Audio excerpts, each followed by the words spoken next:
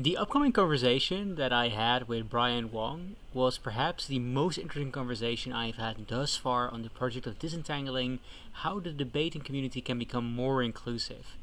Brian is a DPhil candidate or an upcoming DPhil candidate at Oxford University and the founding editor in chief of the Oxford Political Review. We had a conversation that was at its core not just about why debate struggles to become a more inclusive space, but how progressive politics in and of itself has issues with trying to truly become a big tent place where multiple ideas can foster, whilst at the same time structural inequalities within that community can be tackled. So I feel that this is a conversation that is very worth having and it's very worth listening to and engaging with, even if you're not part of the regular debate community, because it truly sets out what I think is one of the most difficult challenges for not just progressive politics, but politics as a whole. How it can make sure that you keep believing in progress, that you keep believing in including more people and getting them to be respected for who they are, whilst at the same time not stifling debate for people who currently see things in a different way. Having said all of that, I hope you really enjoy this as much as I did having this conversation with Brian Wong. Hello, Brian. Welcome to the podcast. Thanks, Dan. Pleasure is mine. Wonderful. Brian, before we start delving into the topic at hand, would you mind briefly introducing yourself? What's been your background within debating? Yeah, sure. So I am currently due to start my DPhil in politics and political philosophy in Oxford. I've been debating for the Oxford Union for 5 years now. Before that, I was unfortunately or fortunately, amongst those who did debating at school as well. In terms of debating, well, I have judged the finals of the Australasians Championships twice, chairing the 2019 one, chaired the World ESL Finals in 2019 as well, and chaired the Asian Grand Finals in 2019. I also was GCA to North American and European Universities Debating Championships, and recently, in my hopefully last ever international major, I reached the semi-finals at the Thailand World Universities Debating Championships. In my spare time, I coach a variety of institutions, including the Oxford Union, and also I help with coaching Team China World Schools. So that's my background. That is a wide variety of things, and I think that makes you very well placed to speak about broader trends within the debate community. So I'm very happy to have you here. So let's get started then. So to what extent do you see discrimination and racism manifesting itself in debate communities? I spoke earlier with Martha Muir, and there we talked about mostly that it's in the more subtle infections of the way people use it and the more prejudice that they bring outside of the world within the debate world. Do you buy that characterization, or do you think that there's more at play here? So I think I'll start with a preface that despite being a person of color and despite coming from Hong Kong, I think I'm amongst the relatively lucky and fortunate individuals, both in my education and also my debating experience. I obviously was educated in an Anglophone institution, an institution that you might colloquially refer to as with rep, and indeed sometimes possibly too much rep. The Oxford Union is also an institution that despite being steeped in history of racism as an institution at large, has a relatively supportive debating community that thankfully can be separated and distinguished from its electoral politics and the rather ignominious track record of the main society at large. So all of these factors mean that, because of my circumstances and how I've experienced my debating career playing out, at least, I don't necessarily think I'm the most knowledgeable or best equipped to talk about experiences of racism afflict individuals in the most pernicious manner, but I certainly can and hopefully could contribute in adding on to Martha and amongst others' observations concerning the insidiousness of racism at large, but also perhaps specifically in debating. Sorry for the preface there. The second observation I'll make is, I like observations, is I think ESL bias and racism or bias along racist lines are in many ways intertwined with one another and should be recognized as such. But obviously, I think when we're talking about racism, I'm trying my best here to just focus specifically on race as opposed to language status, or the perceived language status as the main the basis of discrimination, even though in practice they are intertwined. So all of this sort of distinguishing and differentiating stuff is platonically and an abstract sounding good. In practice, obviously, if you want to tackle racism in debating, you need to deal with ESL, EFL bias in debating and vice versa as well, because there's always an irreducibly racist element in how we imagine or how we discriminate against and judge as less worthy the words and testimony of ESL speakers, which I just honestly think, from a purely academic point of view, is bollocks, right? Like, there are many brilliant ESL speakers out there, yourself included, Dan, who are just so much better than the balderdash that we hear from so-called EPL speakers putting up rants and long-winded crap that frankly don't answer to the motion. Apologies if that sounded on PC. But that's, anyway, a second point I'm going to set aside for now. Okay, now finally on to racism within debating. There are probably three ways in which I think this problem plays out most perniciously or conspicuously. The first is in adjudication. Adjudication of speeches in terms of assessing whether or not we find arguments and claims plausible. What do we find plausible? What do we think is intuitive? Do you think there were responses or not? Now, obviously, this is where the intertwining with language status biases also kicks in the most. But then I think there's also adjudication as a process amongst the adjudicators, in that I never personally experienced this, but many of my friends from the Asian circuit back in, when I first started out doing a lot of adjudication, would always come up to me and say, Brian, I've been doing adjudication for more years than you. I think my CV is better than you. But why exactly is it that I'm in this room and you're in that room?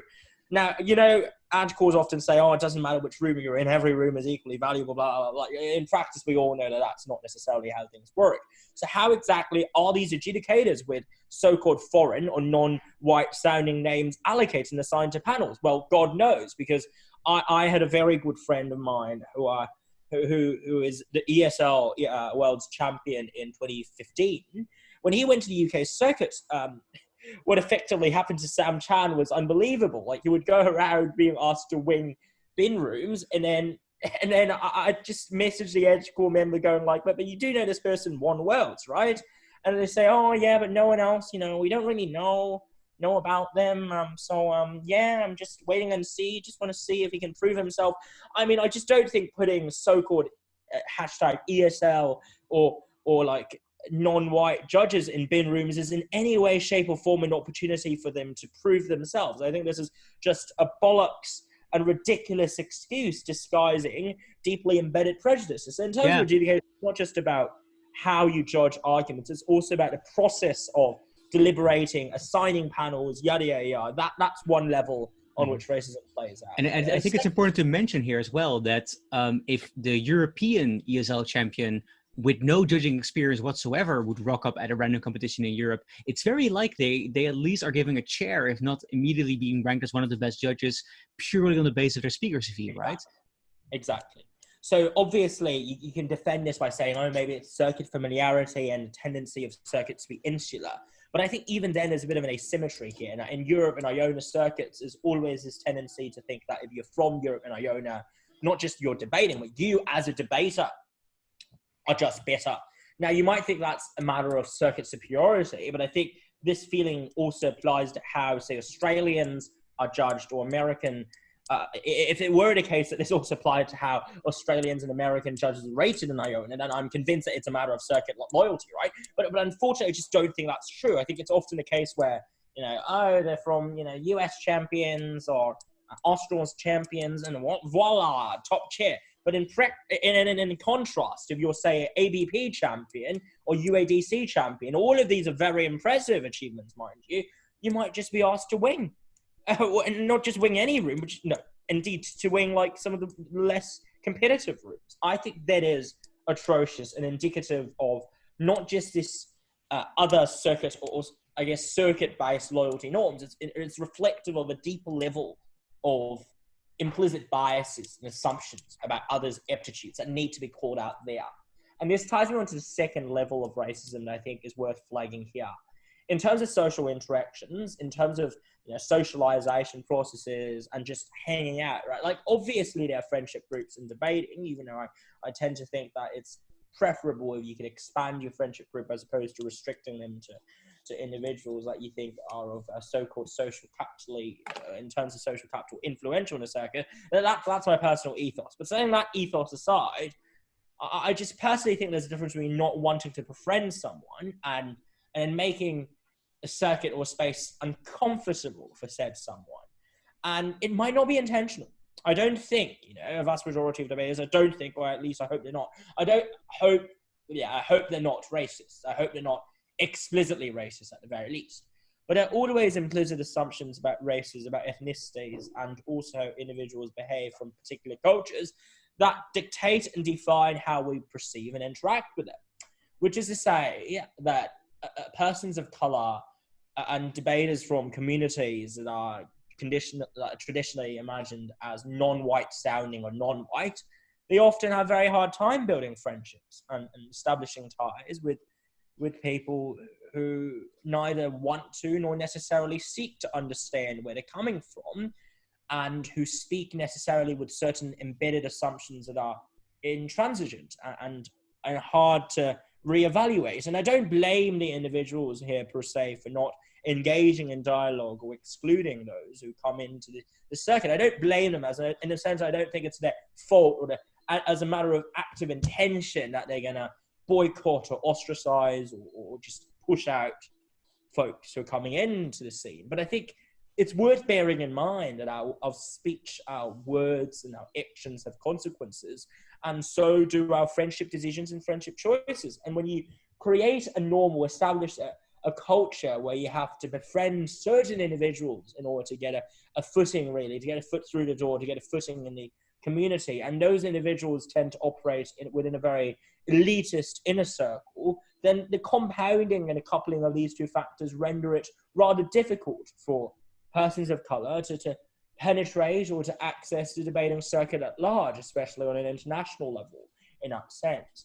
And a final observation I'll make, and this is a third dimensional facade of racism, there's certain pretty troubling assumptions that people make during debates and argumentation that I just find curiously alarming and curiously unbecoming, considering or in light of the values that the debating community supposedly espouses. Let's take a particular example. When talking about people in China, and I've heard this, I'd say at least 5 to 10 times, the typical characterization is something like this. Mainland Chinese citizens are all brainwashed individuals that subscribe to government propaganda and therefore believe in totalitarianism or authoritarianism. I mean, that's a fair observation about the existence of clearly state-censored and state interventions in the spheres of culture and media. That's obviously, undeniable. But to say or to move from that to then the claim that saps away effectively any and all agency from 1.4 billion people on planet Earth, I think that's not just demeaning and bad debating. It's also just quite offensive. And I don't think there's a right not to be offended, right? Like, I personally think, if you're offended, it's tough, but you live with it. But at the same time, there are baselines as to what constitutes reasonable discourse. And I think when you actively make claims as unpersuasive and generalizing as that, and yet sometimes do get away with it because of the particular means through which you communicate that message, that is something that certainly, if there were, say, someone from mainland China in the room, something that would be quite discomforting to hear, because the other team is effectively saying that you're brainwashed. It's also like telling people in Israel, or claiming that everyone living in Israel are allegedly against Palestinian statehood. Again, that's untrue, and that's just unfair. And if there were Israeli debaters in the room, I'm sure they call this out as well. So I think sometimes it's important to recognize that racism can exist through very codified and coded manners. And I don't even think we can call it intentional racism. At best, we can call it subconscious or implicit racism or subjugation along racial lines. It's certainly not overt racism there. Sorry, that was a very long answer, but I hope that cleared things up. I think it's very important that we have such a broad template to enter the discussion in. Just want to put a pin in the second question, insofar as I think that in a previous conversation with Esinam, I talked a lot with her about the need to be more open to these type of experiences and to actually make an effort to talk with these people as a society, have institutions in place that you like listen to their to people complaining about the difficulty of getting in. And I think I want to focus in this conversation slightly more deeply into the third point right now. So I think there's a couple of avenues that probably need further exploring here. So partially we say that when these comments are made, as you point out, they're like bad debating. And we either think that this leads to a sufficient amount of penalty from people either attempting it or being corrected after the debate because they have indeed engaged in very unpersuasive rhetoric alongside it being offensive to people in the room. Why is that insufficient as a counteracting to make sure that these type of behaviors occur? Well, I think the obvious answer is that judges are fallible and judges are not perfect. And in many ways, they are susceptible to what I would call non-cognitive or, dare I say, normatively or ideally irrelevant factors in assessing the persuasiveness of claims. And from this, you can also tell that I'm a Puritan in terms of my adjudication. So call it what you will, but I'm quite stubborn about what I consider to be persuasive and unpersuasive. But setting that aside, what I'm effectively saying here is that because of rep, because of a standing, because of sometimes the way judges perceive arguments, because of what judges take to be, fundamentally normalized and assumed as true default assumptions in debating, like the whole minorities are always the most important argument in around sort of bias, that is why you don't get this correlation or this natural correction mechanism that you talked about there, where you can get away with generalizations as long as you make the generalizations about, dare I say in an un-PC way, the so-called right people. So if I go out there and make a generalization about the Chinese and I say, I'm from Hong Kong, I understand how this works, I can get away with it too, because people would defer to, Brian Wong, they know about Asia, they know about, what's going on in East Asia and China, and therefore their generalizations are credible. And obviously, to some extent, you can't disentangle this from the default practice of rep-based and rep-based judging, but it is a shame, in my opinion, that there are so many exogenous factors that effectively render what you said just then, Dan, an otherwise theoretically sound check and balance against these arguments, just render it inefficacious. It doesn't work that way. Yeah. And the further observation there is that even if it does work that way, and here's where it might get slightly controversial, if it does work that way and persuades you according to a rigorous set of norms and arguments, I don't think racist arguments should be discredited within adjudication. But I think, and this is important to note, that it should be called out and identified irrespective of adjudication. So usually what I'd say is if I genuinely feel that this is an argument that is made with either bad faith or made in bad faith or made in good faith to some extent, and it does work in a debate, I would flag that this worked in the sense of the debate, but also flag that outside the debate, this is something that you might want to watch out for, teams. And I don't usually pursue equity-related action as follow-up to that unless I genuinely think the team is operating under clear and explicit bad faith or malevolence, because I want to defer to individuals in the room who may feel uncomfortable to then take up on the equity process themselves, or I would defer to the equity officer with whom I'd of course communicate to make the judgment if they want to make a pan-tournament announcement. But I will, however, say that if I think there's a debater that's genuinely weaponizing arguments of this sort to get away with it because it's good argument, and I don't think you should reflect that in how you assess arguments within debating or within the activity of judging. Given all of that, the corollary is I would take action. I would follow up on that by speaking with equity and the debater in question and see if there's something we can sort out there. But I think the imperative here, and this is probably something I'll segue into subsequently when it comes to the whole ideological purity versus efficacy question, there's obviously bound to be trade-offs and compromises and moderations you have to consider when you're trying to pursue this line of thought. I think it would make very little sense if on each and every single act of microaggression you spot on behalf of an ethnicity, you therefore go up to equity and you say, I think this person's committed an offense, please punish them and persecute them. I don't think that's how equity should work. I don't think how anti-racism methods should work either.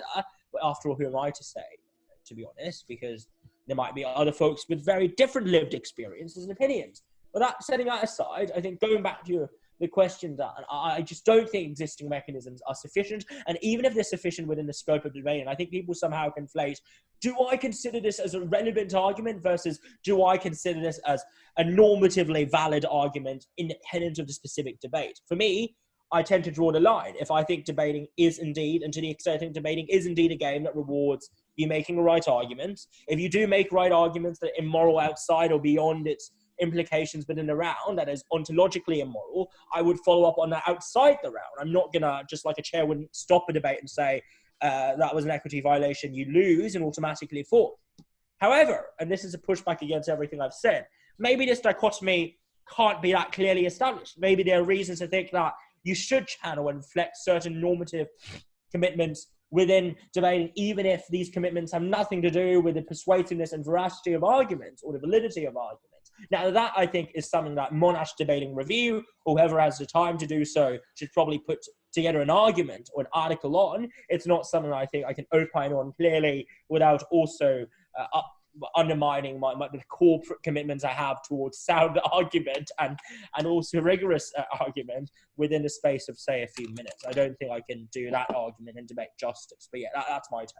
Okay, so I think there's sort of a worrying implication here. So the framework you lay out here is that in debating through reputation judging or through the people who with like assumptions being quite successful in debating, it isn't just that like some problematic ways of describing minority groups is prevalent, but actually a successful strategy that's very hard to call out within debating. And a suggestion therefore is, well, we do need some outside action, yet there are important limits towards that outside action. You yourself point out, for instance, that an activist stance towards adjudication might mean that some people feel chilled out for making these arguments wholesale, or might lead to judges making problematic judgment calls the other way around. So that's a very hard tactic to do. You point out that the role of equity, according to your opinion, is not necessarily suffice to try and tackle every point of microaggression through the painstaking equity process of trying to like mediate disputes between individuals and push towards an apology and so.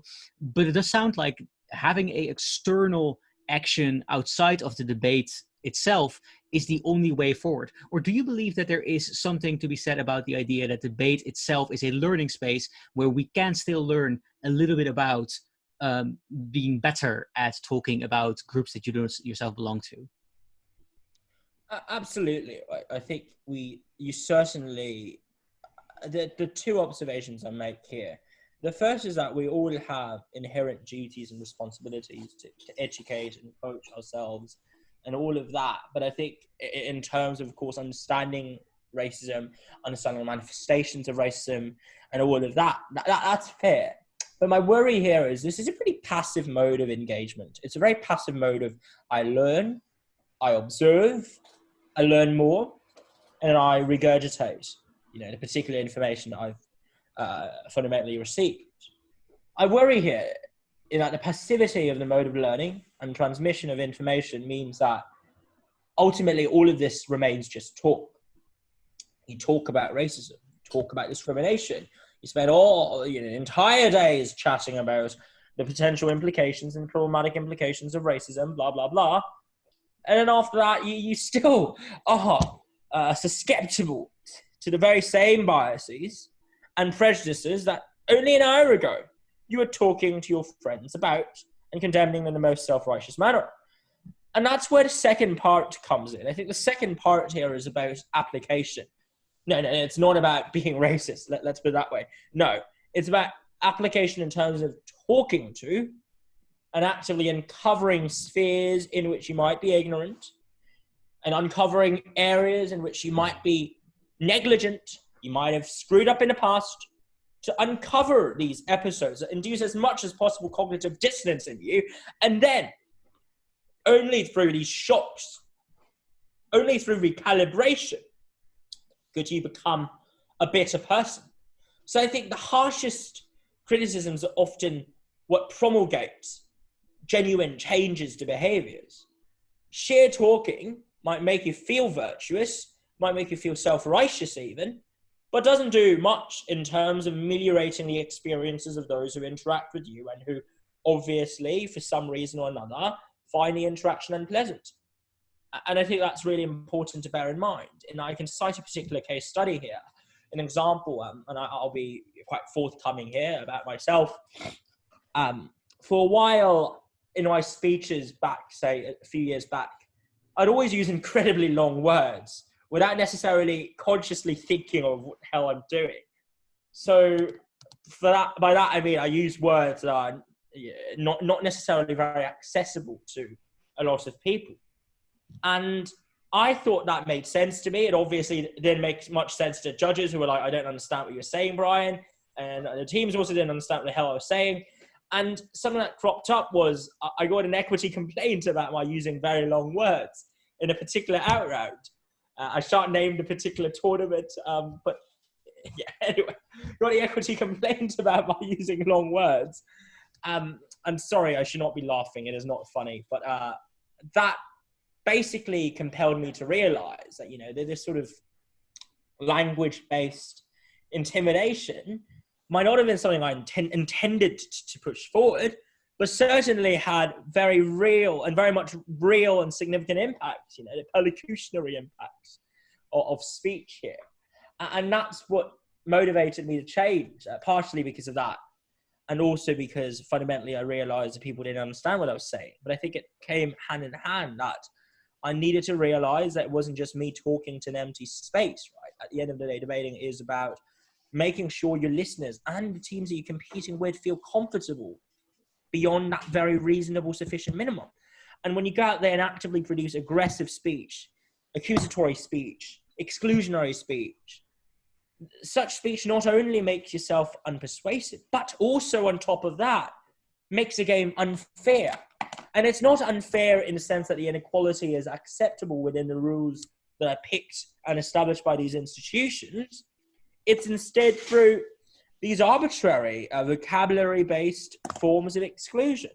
So I realized that and took to changing the way I spoke, and hopefully that made a difference. But I think this is just a personal example of what I was going for there under the second observation, Justin.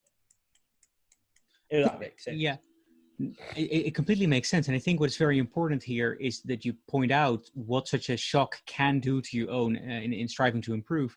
But one worry then I think is that we need in some way to hope that the shock occurs. And as you point out, it can't, like in a passive conversation where everyone gets taught about race, and that might not necessarily happen. So if you look at personal examples for me, during my time in debating, I think I've seen 3 times where there was a broad discussion about the way in which debating lacked inclusion and suggestion for change. One of them was after an incident at the Glasgow University Union where 2 women were heckled, and that led to a broader scale investigation into the ways, in various ways, in which women were not yet equal to men in the debate education. And that led, I think, to, whilst there was some opposition, by and large, the majority of certainly the European circuit decided to say, we should take this seriously, we should make amends, we should create women's opens, we should partner with women to speak, we should call out racist language, sexist language, we should make sure that equity is weaponized to the extent that they can push out people who commit various sexist acts. And similarly, although it led to far more of a broad-scale discussion, the introduction of gender pronouns in 2014 during the European Championships there led to a large amount of discussion and maybe a worry amongst people that they might misgender people accidentally. But at the very least, after a few years of back and forth, has been a broadly accepted new norm within the community. But then after Cape Town Worlds, where many of the Black community put themselves on strike for perceived racism within the community, I myself, for instance, who was totally on board with the first 2, wrote a very ill-considered appeal to political civility after the tournament itself happened. So what I'm just wondering is, how can we incur such a shock when there might be an immediate desire to defend your own grouping or whatnot? For instance, I think that a large amount of the community who spoke against the gender pronouns in 2014 were from people who were worried that equity might be abused on English as a second language grounds. So we saw a large amount of the English second language speakers who dominantly are progressive, are pro-trans and other non-binary inclusion, they were the ones who tried to defend what they presumed to be their friends. And similarly, because the person who was involved in the Cape Town incidents was a personal friend of mine, I think that might have been one of the reasons why I felt so inclined to defend a status quo position. So how can we encourage these kind of shocks? And do you think that the activism within the debate community from people of color is instrumental here? Do they do well? Like, how can we make sure that they help get that introspection going? Right. So this is a very complex question. Allow me to put on my sort of philosopher's hat, or my wannabe philosopher's hat. I think there are four different questions at play here.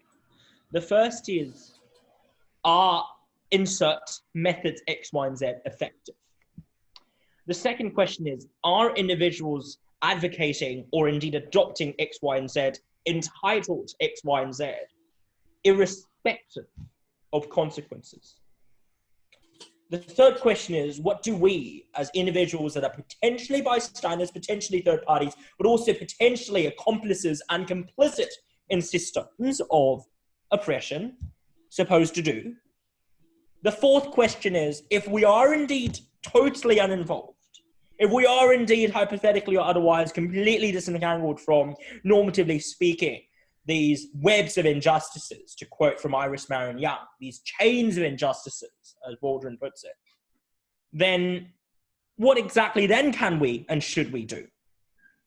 And I'll tackle each of these questions in turn. With a preface, I think question 2 is often overlooked and neglected by the community at large. Question 1 invites a lot of incredibly pompous and presumptuous answers, with folks going like, if you had proposed this particular argument, maybe we wouldn't be having this same debate now, 4 years down the line. And also people going like, well, I think it's not effective to use arguments related to violence and aggression and all of that, blah, blah, blah.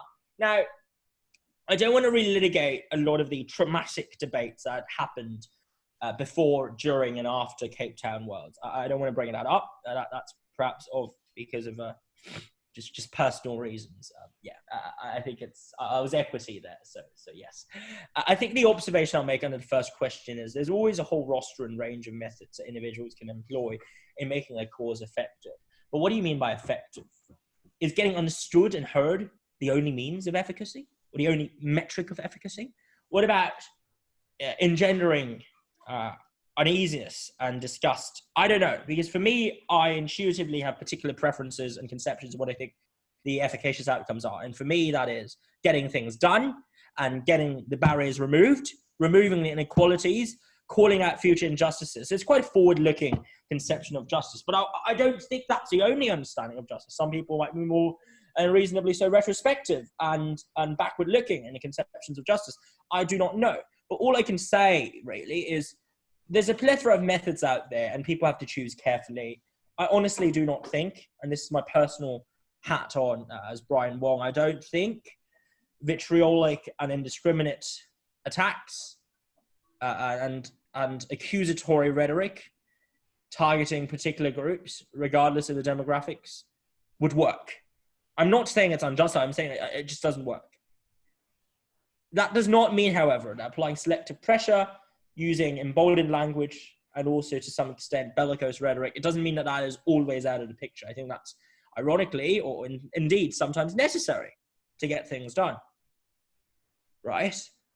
But I don't think there's a clear answer as to what the modus operandi or the ideal modus operandi should be, because there's no answer to that. Tying me on to there for the second question, and this is where it gets trickier. Is anger apt? It's a very different question from, is anger effective? As teams from world schools might have found out recently in the Octo finals, or indeed those who have read Amir Srinivasan's excellent article on aptness of anger would realize, and can attest to, there are non-instrumental reasons that guide our deployment of anger. The question here, though, is how do you weigh them up? Now, I personally am still quite consequentialist at large, so I want to focus on personally as Brian Wong, the consequences. I don't really care for aptness beyond, say, a sufficient minimum to which individuals are entitled to.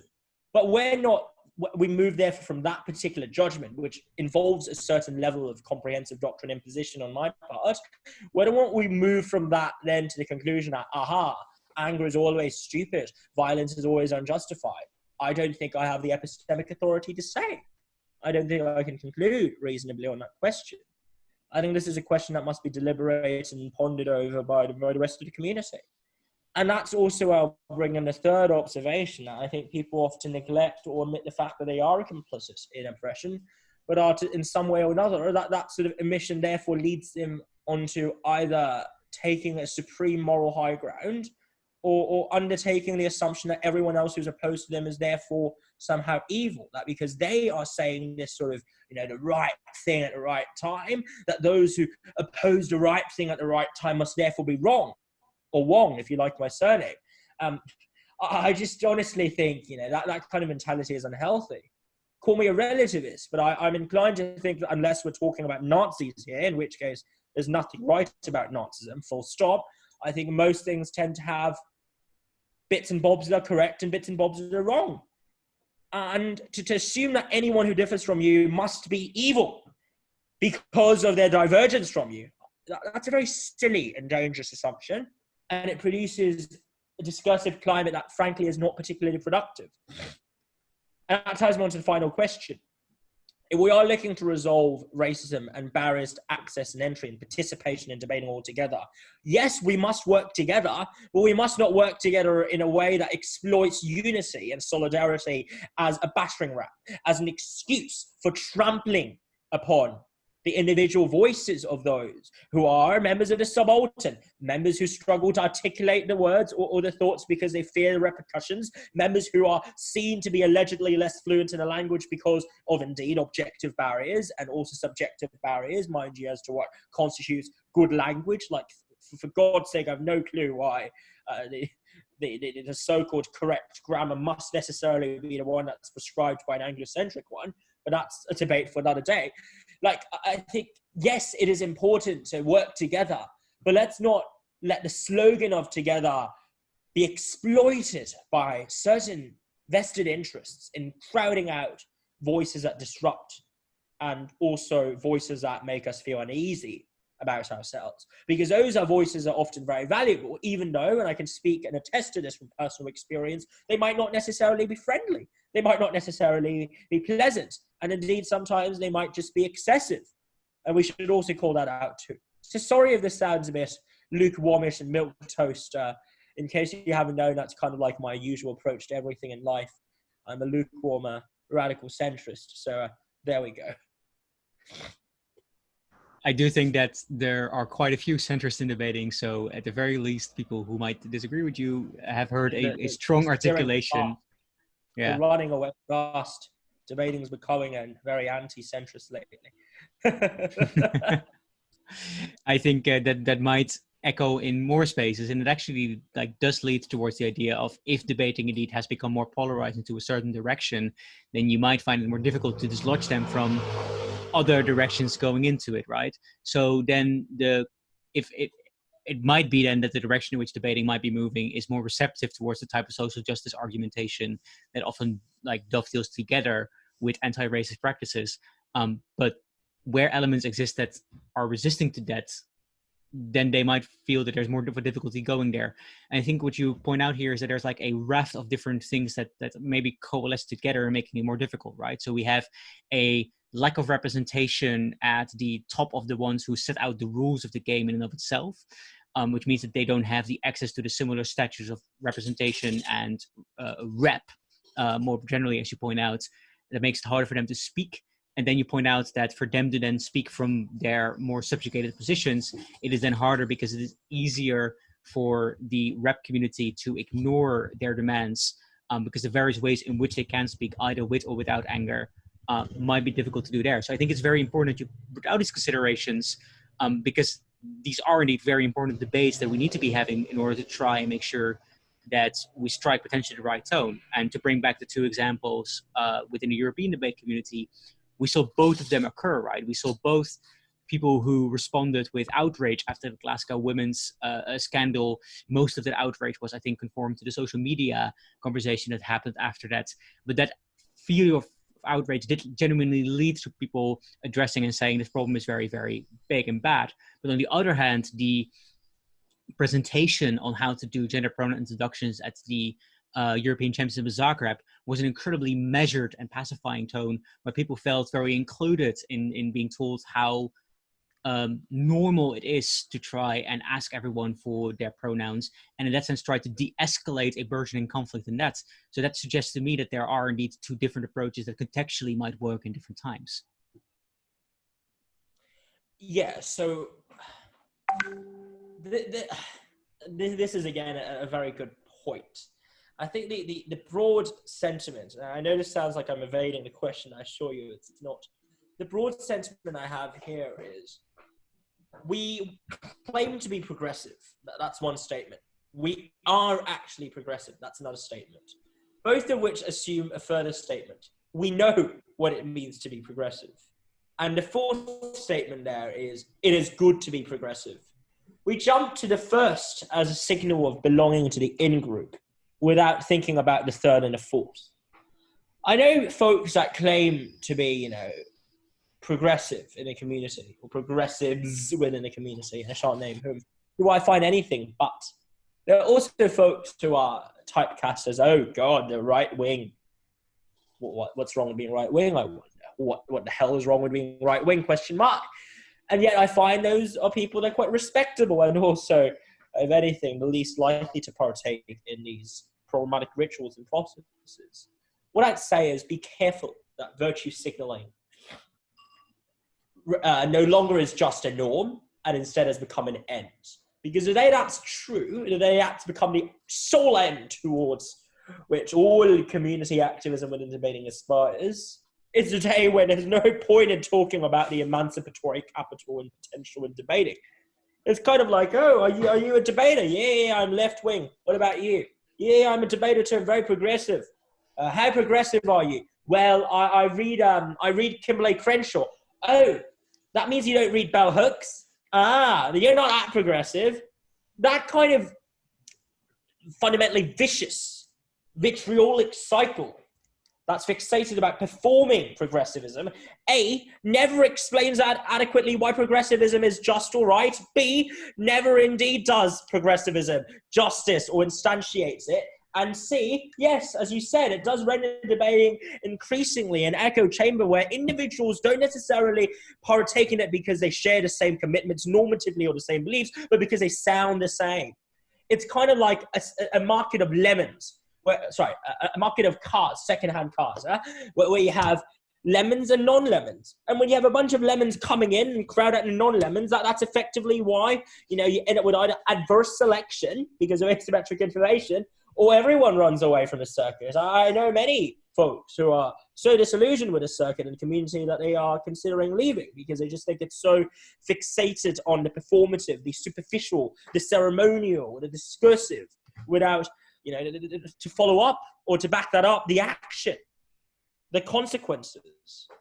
And I don't blame or fault the community for thinking and behaving that way, because at the end of the day, if there weren't things that happened to me personally over the course of the past few years in my own personal life, in my career as an academic, wannabe academic, or as a political advocate and lobbyist in Hong Kong, I would never have realized that the world doesn't quite work per debate land. I would have thought, if I see injustice, I come out here, write a long post about it, and then that's it. Good night. Thank you all very much. But in practice, it's more than that. Obviously, you need to speak out about it, but it's also about engaging people, lobbying people, changing their minds. And I can tell you, not you, Don, but I can tell folks that if you go to someone who genuinely thinks that being gay is a sin in say, my city, and if you try to tell them, well, I think you're wrong, thank you very much, I win the debate, they will punch you. Because if you want to convince individuals who are on the margins and sitting on the fence to switch away and turn away from homophobia, you must learn to use their language and use their arguments to convince them that maybe their bigotry is not justified. And I can say that it is bigotry because I think it is bigotry, but I can't say that to their face. Because if you go up to someone and say, I think you've been wrong for the entirety of your life, you're a stupid citizen, you're just not woke enough, guess what they do? They won't just suddenly say, oh yeah, I'm going to join the bandwagon of liberalism. I'm going to become, a real progressive. They're just going to say, you are a part of the problem. You fool. So I think persuading individuals and winning arguments are very different skill sets. You can be a great debater, and then you walk into the job market or into the political circuit, into politics, and you die. You die straight away. Not because you're not smart, but because you're too smart. You think everyone else in that place or in that particular circle is as smart as you. And therefore you think by speaking your conception of the truth in your own language, you're going to get things done. I don't blame people who think like that. I just think that's not necessarily how the real world works. And realizing that has also allowed me to gain insights into debating discourses and activism within debating. And that's why I suppose you can say I sound a bit jaded, but I hope that that's not too off-putting in terms of how cynical I am, or it's not coming through excessively. But you see what I'm saying there, Dan, yeah? Yes, I think it's important to capture what I'm getting out of this right now. So what you're saying is, so debating, of course, as a community that wants to like listen to different viewpoints, has a sort of aim to try and be a big tent that captures a wide range of opinions. But in reality, it has becoming more and more towards a bubble of self-styled progressive. And I think that the most condemning characterization is therefore the debate runs the risk or runs the tendency of existing in a smaller spectrum of people who operate politically on the left and center, whilst at the same time not being that left or that left. That means that people who are, for instance, in the social justice sphere feel included as well. So it becomes an increasingly insular focus. And then what you're telling us is, in large part, this is because of an aggressive form of virtue signaling. That means that only those who exist within the in-group, their opinions get equally respected. And people who are not in that group, either because they hold more conservative views or because they have a more radical critique of that centrist group in and of itself and how it reacts, feel that they cannot be excluded and they often choose to move away. And your suggestion, therefore, is that we make sure that both the out-group, unfortunately, needs to strike the right balance between like channelizing their right anger at this approach and being patient in the conversations to break open that gate again, right, but also that we need a large amount of self-reflection from the group that currently exists. And I'm wondering if you have any more advice on this matter, or if this correct characterization is wholly correct. Sorry, I mean, God, I hate hay fever. No worries. The observation I make is, truth be told, I don't think, if the issue is just debating is genuinely an echo chamber for real progressives who are advocates, community workers and lobbyists, and also organizers who want to utilize this concentration or this network of progressive capital to induce progressive changes to the world about them, I genuinely don't see that as that problematic. Like, yes, it would end up alienating individuals who might not be susceptible to progressive ideals, but it's a division of labor. Just like you can't say, oh, you're not particularly good at answering long essay questions, but you have to answer essay questions or else I'm not going to hire you. Like, if you're at McKinsey or a management consultancy company, you've obviously got those who face the clients, those who analyze problems, those who plug in the Excel sheets and spend most of the time flying between places where they can present Excel presentations and PowerPoint presentations. It's a division of labor. And similarly, in the context of activism, having a concentrated echo chamber of progressive thought in a world where progressivism seems to be under siege is not so much a bad thing. But the worry here is when progressivism or progressive activism is conflated with performative progressivism, especially of the sorts that fundamentally are out of touch with reality around them. I think that's what I'm more concerned with, rather than the fact that it exists echo chambers, because university campuses and publications, for instance, the ones that I run, could well end up as echo chambers for particular ideologies and beliefs. That's not an issue insofar as you realize clearly that there is a clear and determinate objective you want to accomplish there, and you can accomplish it. My worry is I don't think debating, despite sounding like a real echo chamber for progressives, actually succeeds in accomplishing much in terms of espousing or pushing forward progressive ideals. And there are obvious exceptions to what I'm saying here. There are clearly circuits where societies and debating societies, that is, in communities, have spearheaded political activism, have stood at the forefront of resisting wrongs in a society, but also beyond protesting, actually done a lot of good in private. I think these are great examples of what debating ought to aspire to become. But my worry here is when all of this is left on a purely ceremonial and paper, on paper level, or even just textual level, then you lose out on the potential of what it could really accomplish had folks just steered it organically or otherwise in another direction. But taking a step back and answering and engaging your question there, I think you're right, Dan. I am somewhat concerned about the tendency of debating to be so unwelcoming towards individuals of particular espoused political orientations. Let's set aside the John Stuart Mill argument. Like, let's just set that aside in that, okay, suppose I buy into the argument that speech can cause harm and speech can be dangerous, Owen fist, blah, blah, blah. But even then, right, the bigger question is, really? Does someone standing up there and saying, I don't necessarily think that fiscal expansionism is the way to go, or I don't think increasing tax rates helps the economy, you don't think that's true? Does saying that those individuals are wrong and they hate the poor something that wouldn't necessarily help get them on side, or if at all? And secondarily, are there genuinely so many ideals and values that we cannot question? Like, why is it the case in every single round of debate I see these days, unfortunately, I just see teams running minority arguments? And it goes like this, I kid you not. And by the way, this third impact of our argument today is you hurt the minorities, and the minorities really suffer. Who are the minorities here? Insert a long list of characterizations of who the minorities are. And they say, you hurt the most vulnerable. Thank you very much. That is lazy argumentation. But it also assumes erroneously that the need to help minorities is an unquestionable tenet. Like, counter-majoritarianism is indeed a pretty popular, in Western liberalism, especially sort of the neoclassical assumptions, a popular assumption. But it doesn't mean it's unquestionable. There might be reasons to prefer to justify contextually disregarding minority rights on the basis of majoritarian considerations. Maybe you think this is an abhorrent argument to make. Maybe you wouldn't believe in it. I don't necessarily either, because I believe in side constraints, but that doesn't mean that you can't debate this. And when you set motions and you set arguments and you set these sort of social cliques and the social status hierarchy and ranking on the basis of how well you perform the established orthodoxy within this particular context, when that becomes the operative metric, then you're going to end up with a pretty monolithic and dishearteningly so community. And that's not helpful in changing anyone's minds. Like, why do we assume we always have to change the conservatives' minds? Racism is bad, but not all conservatives are racists. Let's put it that way. To assume that they are racist, I think is frankly a bit intellectually dishonest. So we have to be careful here. Stand for what is right, but don't necessarily let that slogan therefore dictate, ideological purity at the expense of all other considerations. And you might also be wrong. I might also be wrong. We might also be wrong. Who knows? Who's to say? Right.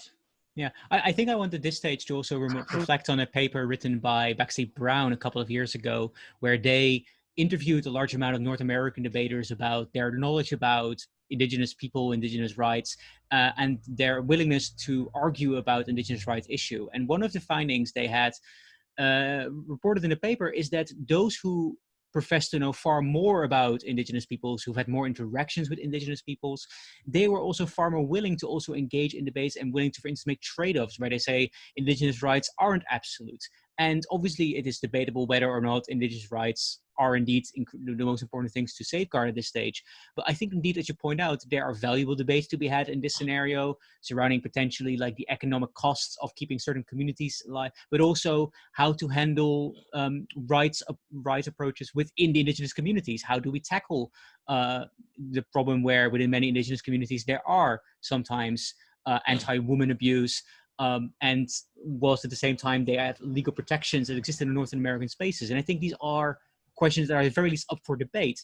And then the suggestion therefore is that at the very least, if we don't meet or if we don't learn about the other communities beyond the performative aspect, then we genuinely impoverish these kind of debates. So I think that is a very helpful suggestion towards trying to make sure that we speak more inclusively and learn better about how to make sure that we help people. Certainly, if people believe that debate is something that prepares them to some extent for life beyond the university debate scene. Yeah. It's worth bearing in mind, of course, and I say this, to some extent as someone who's less skeptical towards it. There's the additional fact of emotional labor and burnout that you experience when you explain, tenets that you hope or wish were unquestionable to others. For instance, to explain to others that your race, sexual orientation, or gender identity is valid and should be recognized as such. All of these are tiring. All of these could well be iterative of injustices that you'd experienced in your early childhood, in your wider non-debating context. They might echo them, and indeed they might re-perpetuate them.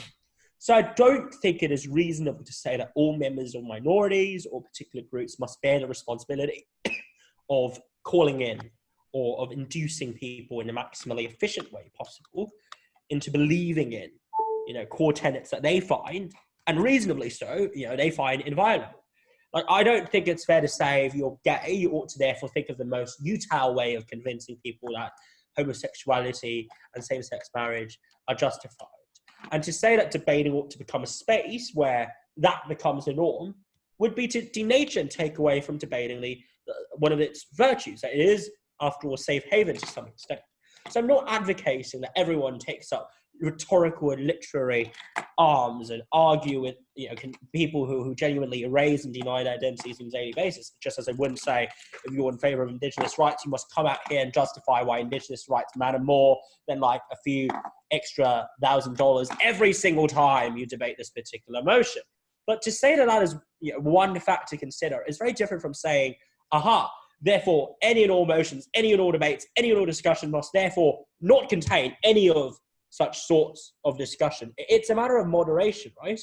If I consistently bombard you with demands that you justify and explain your identity to me and account for it to me, you'd be sick of it, I'd be sick of it, we'd all be sick of it, and it's just not fair on you. But to say that, therefore, you can't discuss things about where not these questions are at all is something you could perhaps articulate uneasiness about or questions about and have a fruitful and good faith dialogue about it, I think that's very different. So my line to take is, and my position is, debating shouldn't become a space where individuals from minority backgrounds, racially speaking, religious-wise, their own gender and sexual identity, it shouldn't be a place where they have to justify their existence and operations in the space. That shouldn't be how debating works. Whether or not that therefore means that debating can never touch upon issues that might potentially at the penumbra or be situated in a penumbra of these sensitive core areas, I think that's a very murky question, or rather a murkier question that we think.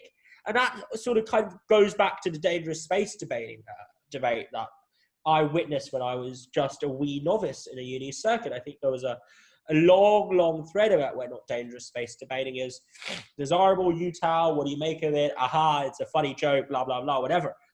And I recall reading that thread and just thought to myself, wow, if this is what it takes to have rep in debating, I'd very much prefer not to have any rep at all or to climb the so-called ladder. Wow, these people are really mean. Wow, I thought we were going to do a good faith argument. Oh, what's happened to that? And obviously, the more you learn about deliberative democracy, the more you realize that deliberation in good faith is difficult. But even if it's indeed in good faith, that people might have different epistemic assumptions and normative commitments and value judgments, that some folks might be hypocritical for the sake of securing political gains, others may be hypocritical to civilize a discourse such that you can engage with them, ironically, instead of away from them. This is what Elster says in terms of a civilizing force of hypocrisy. So, I think at the end of the day, the dangerous space thread was alarming. It was alarming to a fresher and a novice like me, but it also brought out, thankfully, the worst in debating in a way that enabled me to see how we should and make it less toxic and more resemblant of the values it claims to espouse without also becoming a purely tokenistic exercise. And how we achieve that, how we strike at that balance is a really difficult question. No one should say they know the answer to it. I do not know the full answer to it. I do not know even a part or a half of the answer to it. But that's something that therefore we as a community have to deliberate and organically, find out, to tread a path that no one's tread before. And that perhaps is what would make the difference in that sense. But to tread this path need not and should not come at the expense of any constituent member of this community. To the extent that they are indeed a part of this community and are simply otherwise for being different, sounding different, acting different, that is a shame. That is embarrassing. And that is why, if we want to find answers to questions, not just of racial justice, but of genuine justice in debating, we need everyone on board. We need all hands on deck. And not just the everyone, as in who belongs to the in-group, the clique, the boys. It's not just about that. It's about everyone. And if we don't have everyone, you can't have outcomes that benefit everyone, indeed. So that's my take. And I hope that's a reasonable thought. I think near the end that this is a very important that we need to sketch out this conversation, because what you're pointing out here is that whilst we need to do both of these things with the utmost respect, there is indeed a balance between listening to other people's view in order to make sure that their views are heard and that you might change your opinion, whilst at the same time not like salvaging that stance and like have the ability to interact against, to forgo that the listener creates an echo chamber as a whole. And I think this is indeed a very important contribution. Maybe as a final question, so you're not just, of course, someone who works in the debate community, but as a scholar of political philosophy, of the way in which deliberation works and the way in which activist movements make arguments. Is there, outside of the debate community, a particular set of activism or a particular set of thinkers that you think we should look forward to help us chart this path? I would really recommend, if I could, just one quick piece, one quick read for everyone. It's written by someone called Fong, and the title of the essay is called Deliberation Before the Revolution. I think he published it in 2005 or 4, probably 2005, I believe. Fong wrote this Deliberation Before the Revolution towards an ethics of deliberative democracy in an unjust world. Why do I recommend it? Well, it's a text that encapsulates a lot of my thoughts on what deliberative democracy in an imperfect and non-ideal world looks like. If we want to use activism and advocacy to achieve and arrive at deliberatively just outcomes, sure. But we have to make sure that these tactics at least minimally comply with deliberative constraints and deliberative considerations. Because otherwise, it isn't really deliberative activism, it's just activism, which could be legitimate, which could be reasonable. And as Arendt says, you can have violence that's legitimate, and you can have violence that's legitimate even though it's not overarchingly justified, and that's fine. But I think when we're using debate language and debate arguments to try and push forward justice within debate, we ought to ask ourselves, are we being debate activists that are trying to espouse and uphold the values and ideals that we're talking about here? Or are we just being activists? Because there's nothing wrong or embarrassing about being activists with that debating component or element to it. But the least we can do is acknowledge that what we're doing here is not really in the nature or in the spirit of debate, but instead we're acting independent, in spite of, or free of the strings attached to debating here to accomplish ends that we think are valuable within debating. Being more upfront about that and recognizing that certain actions and methods that are compliant or in adherence to what we espouse in debating, and then there's certain actions that aren't, I think that sort of recognition is quite helpful on a meta level, and just allowing us to pinpoint what we can, what we should not, what we ought not, and what we cannot do. And I think that's probably the recommendation I'd issue, if that is even to the extent it is a recommendation. So yeah, hope that makes sense. Yes, it does. Thank you very much. We'll link to this piece as well by the end of the interview. And if people want to read more about your writings or the other very seminal interview work that you're doing at the Oxford University, where could they find it? Please check out www.oxfordpoliticalreview.com or check us out on our Facebook page. Thank you very much. And thanks for having me. The conversation, Dan. A pleasure. Thank you very much, Brian.